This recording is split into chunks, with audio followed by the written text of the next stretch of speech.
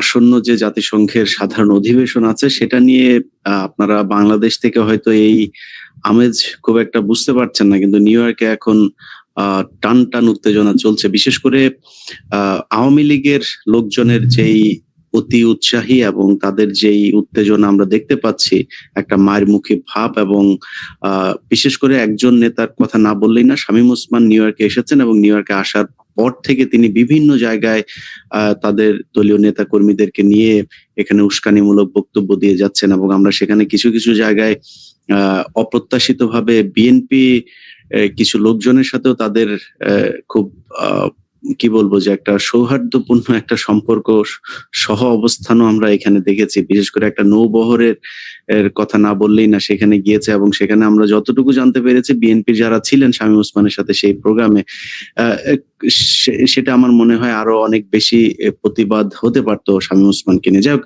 আমাদের আজকের আলোচনার বিষয় হচ্ছে যে 21 সেপ্টেম্বর থেকে 28শে সেপ্টেম্বর প্রধানমন্ত্রী তারেক রহমান যুক্তরাষ্ট্র সফর করবেন এবং সেই সফরকে কেন্দ্র করে আওয়ামী লীগের লোকজন এ পর্যন্ত আমরা সর্বশেষ যতটুকু জানতে পেরেছি 11টি জায়গায় তারা যুক্তরাষ্ট্র পুলিশের কাছে অনুমতি নিয়েছে তাদের যেই বিক্ষোভ জানানোর জন্য। তবে মজার বিষয় হলো তারা যে বিক্ষোভের জন্য যে অনুমতিগুলো নিয়েছে সেই অনুমতির জন্য তারা তাদের দলীয় নাম ব্যবহার করেনি। তারা বিভিন্ন ধরনের মানবাধিকার সংস্থা, বিভিন্ন রাজনৈতিক সংস্থা, এমনকি আমি যতটা শুনেছি যে সংখ্যালঘুদের নামেও তারা সংগঠন খুলে এখানে কোম্পানি খুলে তারপরে তারা পুলিশের কাছ থেকে অনুমতি নিয়েছে এবং সেটা নিয়ে তাদের ভেতরে যে প্রস্তুতি সেটা কিছুটা কি বলবো যে ভায়োলেন্ট হবারও আশঙ্কা করা হচ্ছে।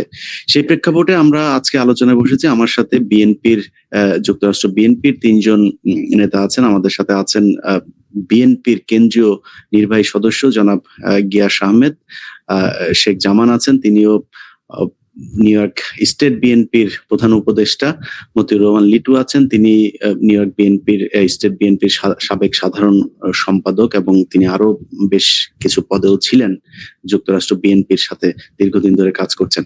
আমরা প্রথমে আমার মনে হয় গিয়াস ভাইয়ের কাছেই যাই। গিয়াস ভাই, আমার সরাসরি প্রশ্ন হচ্ছে যে আওয়ামী লীগের যে উৎপাত আমরা দেখছি এখন, তো আগের চাইতে তাদের সংখ্যাও বেড়েছে, কারণ পলাতক প্রধানমন্ত্রী পালিয়ে যাওয়ার পর তারা এখানে পালিয়ে এসেছেন এবং তাদের বেশ কিছু আস্ফলন আমরা এরই মধ্যে নিউ ইয়র্কের বিভিন্ন জায়গায় দেখতে পেয়েছি। সেই ক্ষেত্রে আপনাদের বিএনপির পক্ষ থেকে প্রস্তুতি কি? ধন্যবাদ ইলাজ ভাই। আসলে যুক্তরাষ্ট্র বিএনপি এবং অঙ্গ সংগঠন, সহযোগী সংগঠন সকলে কিন্তু আপনি দেখেছেন যে বিগত বেশ কিছু বছর যাবত, প্রায় আমি বলবো যে 20-25 বছর যাবত খুবই অ্যাক্টিভ যুক্তরাষ্ট্র। সরি, আপনার মাথাটা একটু কেটে যাচ্ছে তো আরেক। জি। হ্যাঁ, তো যুক্তরাষ্ট্র বিএনপি পরিবার খুবই শক্তিশালী এবং আমাদের কাছে কখনোই যুক্তরাষ্ট্র আওয়ামী লীগের নেতাকর্মীরা কখনোই আমাদের সামনে আসেনি বা আসার সাহস পায়নি, বা আসলেও আমরা সেটাকে প্রতিহত করেছি। তো সেই ক্ষেত্রে ফ্যাসিবাদের এই সময় যতবারই শেখ হাসিনা যুক্তরাষ্ট্রে এসেছে, আমরা যেখানেই হাসিনা সেখানেই প্রতিরোধ গড়ে তুলেছি, আপনারা দেখেছেন। তো সেই দিক থেকে আমাদের যুক্তরাষ্ট্র বিএনপি বলেন, যুক্তরাষ্ট্র পরিবার, বিএনপি পরিবার বা স্টেট কমিটিগুলি, আমরা যারা সহযোগী সংগঠন সকলে আমরা ঐক্যবদ্ধভাবে কিন্তু এই ফ্যাসিবাদের বিরুদ্ধে, 111 বিরুদ্ধে এবং এই স্বৈরাচার এরশাদের বিরুদ্ধে আমরা আন্দোলন করেছি এবং আমাদের আন্দোলনের ফলে কিন্তু বাংলাদেশে এরশাদ বলেন আর 111 বলেন এবং ফ্যাসিবাদ বলেন, আমরা কিন্তু আমাদের ভূমিকা কিন্তু গুরুত্ব বহন করে। সেদিক থেকে এবার যে বাংলাদেশের যে আমরা যে গণতন্ত্র চেয়েছিলাম, বাংলাদেশে যে আমরা 71-এর চেতনা, আমরা সবসময় বলি 71-এর চেতনা, 71-এর যে মূলনীতি, সেটা কিন্তু বিএনপি সবসময় বহন করে আসছে এবং বিএনপি সবসময় মানে জনগণের ভোটের অধিকারের কথা বলে আসছে। পিছনের দরজা দিয়ে কখনোই বিএনপি ক্ষমতায় আসেনি। বহুবার অফার পেয়েছে, শেখ এরশাদ সাহেবের কাছে অফার পেয়েছিল আমাদের ম্যাডাম, তারপরে এই ফ্যাসিবাদী হাসিনার কাছ থেকে অফার পেয়েছিল, 111-এর কাছ থেকে অফার পেয়েছিল। কখনোই কিন্তু বিএনপি পিছনের দরজা দিয়ে ক্ষমতায় যেতে চায়নি, কারণ বিএনপি স্বাধীনতার যে চেতনা, 71-এর চেতনা বিশ্বাসী। এবং এই 15 বছর আপনি দেখেছেন যে ফ্যাসিবাদের বিরুদ্ধে আন্দোলন করেছে।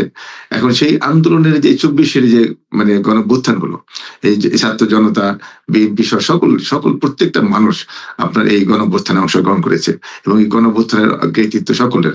এবং সেই যে আমাদের যে দাবি ছিল যে একটি গণতান্ত্রিক সরকার, জনগণের ভোটের মানে সরকার, সেই ভোটের সরকার এখন বর্তমান প্রধানমন্ত্রী তারেক রহমান তিনি আসছেন জাতিসংঘে।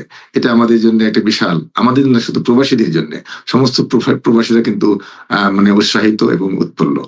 এবং সেই কারণে আমরা দেখতে পাচ্ছি আমাদের কাছে প্রচুর কল আসে, রাস্তায় বের হলে দেখা হয় যে তা কবে আসছেন, আমাদেরকে টিকিট দিতে হবে, সম্বর্ধনা সভায় নাম, আমাদের প্রবেশপত্র দিতে হবে। মানে হাজার হাজার মানুষ আমাদেরকে কিন্তু নক করছে। তো সেই দিক থেকে আমাদের গণতান্ত্রিক সরকারের প্রধানমন্ত্রী জনাব তারেক রহমান আসছেন, আমাদের বিশাল প্রস্তুতি। আমরা ইতিমধ্যে কয়েকটি মিটিং করেছি, আমাদের বিভিন্ন স্টেট কমিটি, যুক্তরাষ্ট্র বিএনপি প্রাক্তন নেতা নেত্রীদের নিয়ে মিটিং করেছি, অঙ্গ সংগঠন সহযোগী সংগঠনের সাথে মিটিং করেছি। আমাদের হাজার হাজার নেতাকর্মী এয়ারপোর্টে যাবে এবং এয়ারপোর্ট থেকে আমরা হোটেল থেকে সম্বর্ধনা সভায়, সব জায়গায় কিন্তু আমাদের সেট আপ করা আছে যে কোন গ্রুপ কোথায় থাকবে। এবং আমাদের কিন্তু 24 আওয়ার্স আমরা সেখানে পালাক্রমে থাকবো। এবং আমাদেরও কিন্তু প্রস্তুতি আছে যে বিভিন্ন হোটেল বা এয়ারপোর্ট এবং যেখানে সম্বর্ধনা হবে সেখানে আমাদের পারমিশন ইতিমধ্যে নেওয়া হয়েছে। সেই দিক থেকে আমাদের প্রস্তুতি সম্পূর্ণ আছে এবং আশা করি কোনো ধরনের এবার অপ্রীতিকর ঘটনা ঘটার সম্ভাবনা নেই। যেমন ভাই, প্রস্তুতি এখন পর্যন্ত যা আছে তাতে সন্তুষ্ট আপনি?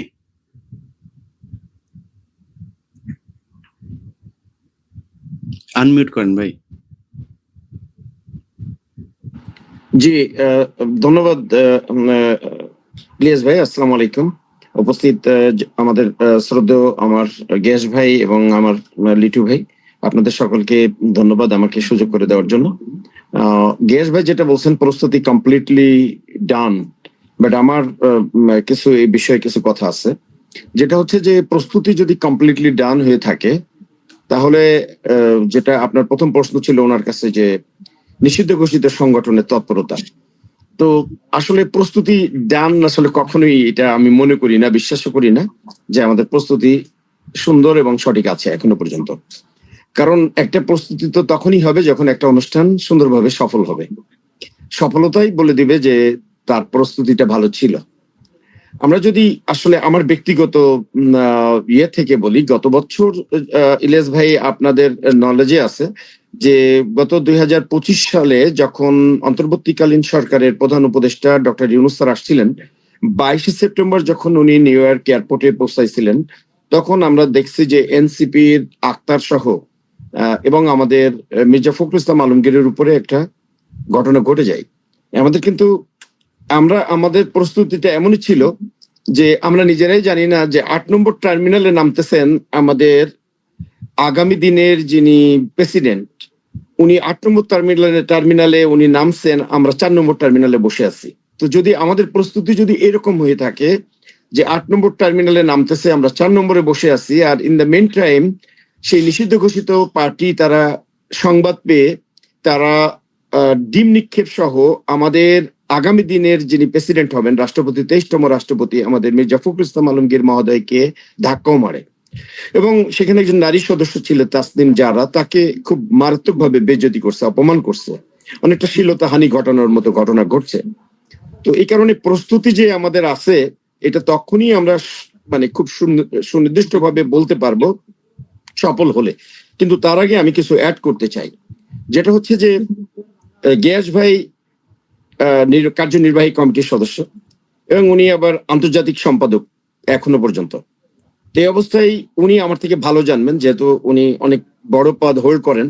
উনি যে মিটিং গুলোর কথা বলছেন এই মিটিং গুলোতে আমিও ছিলাম, বাট আমাদের মিটিং এ প্রস্তুতির ব্যাপারে এখনো পর্যন্ত খুব একটা উল্লেখযোগ্য অগ্রগতি হয়েছে বলে আমার একটা প্রোগ্রামে বলে মনে হয়নি।